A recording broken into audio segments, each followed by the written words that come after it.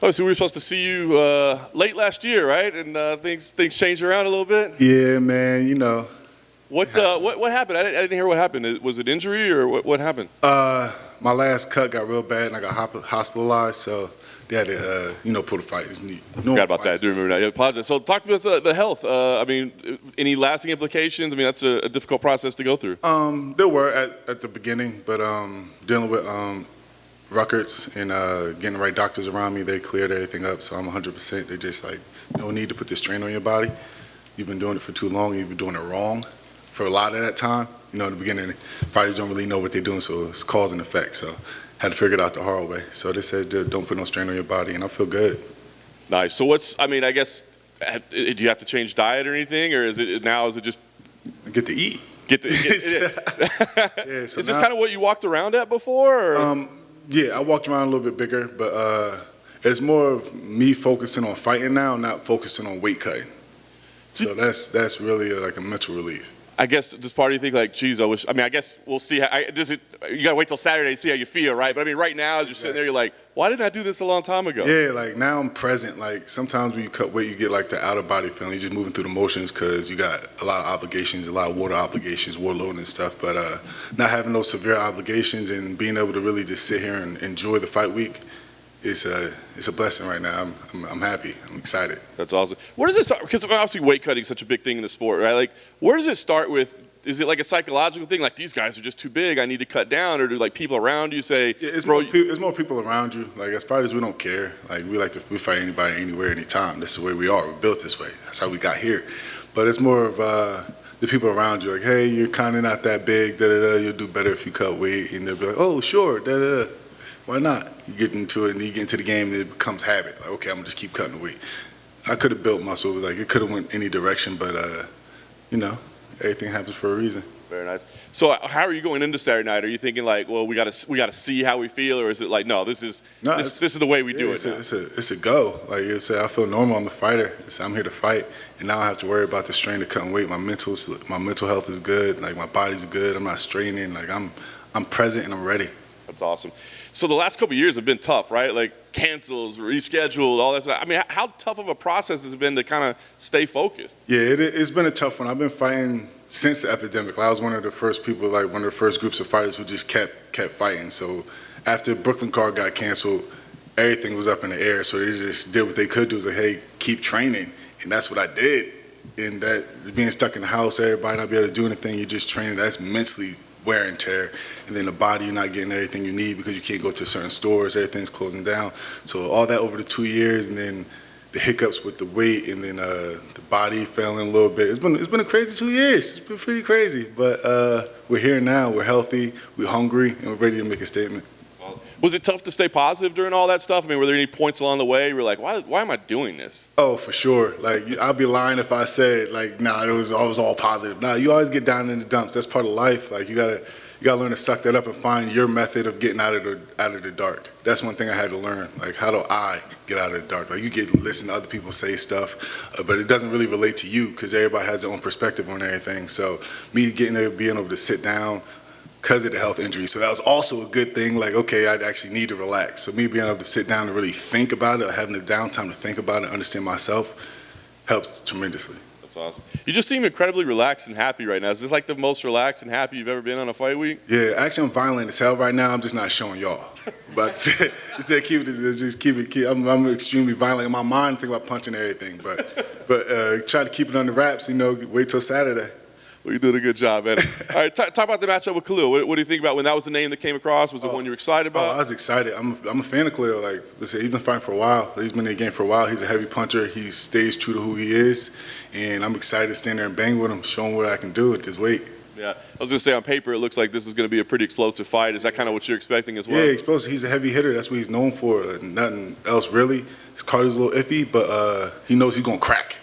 And anytime, any place, he's going to throw some heavy stuff. And I'm excited because it gives you that danger factor. That, okay, I need to be on my P's and Q's. I need to really be in my A game, and I'm happy, I'm healthy, and I'm here for it. You nailed it. And a lot of people, I guess, if there's questions about him, it's his cardio and how he performs late, right? So when you're going into a fight like that, you go, well, let's try to drag this guy late and take advantage of him, or can you not think that because of the way he does come out cracking. Nah, you don't really think that. If it comes, it comes. You gotta come up with it, see how he's coming into the cage. Like I don't want to put myself in a predicament to get cracked unnecessarily. So we move smart. So we know that his cardio is questionable, but we definitely gonna test it. And you have yet to see me actually tired in the cage. Like, you see me beat up, hurt, and everything, but you never see me stop. So he's got to deal with that. He can throw punches. I can take punches. I can take hits. He's not going for a takedown. So what I got to worry about? Nice. Last thing for me, talk about what's important here. I mean, it is important to go in and get a win and put the losses behind us. And more about the fact that you're just happy to be in there competing again and being healthy. I mean, what's the key? Oh, the win is definitely important. The win is the most important thing, because fighters, you got to win. I want to build my brain a little bit more to the top. I want to get to the belt. So the goal is always to win. But also be present and enjoy the lifestyle again. Like, don't let it become too much of a job to the point that it becomes hindrance to me and my family and stuff like that. So relaxing, understanding this world that we're in, and moving accordingly. Hey, Karl. What's up, man? You won your contract at a light heavyweight. Was there a reason that you went down to middleweight? Yeah, Dana, he asked me right there. I was fat and chubby. He said, hey, you ever been down to 185? I said, yeah. He said, okay, that's where you're fighting. And from there, hey, I'm going down to 185, the boss man.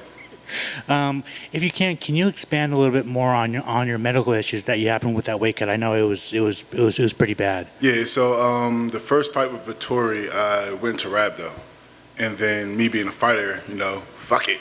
I fought him anyway. So like 3 weeks later, I tried to cut the weight again, not knowing that my body was that effed up, and shut down again, but I still stepped in the cage. And then after a while, like my manager, Paradigm, and all them, they got into my ear like, hey, you gotta really start taking care of yourself. This is serious. Like, you're not recovering, something's wrong.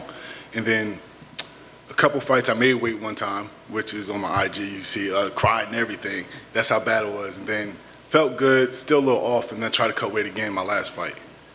Started kind of going through the body shit, like this little seizures and stuff. So they sent me to the hospital. And they was like, yeah, you can't keep doing this to yourself. As the wear and tear, your body's not going to come back 100% every time. So every time it's knocking bricks off the wall.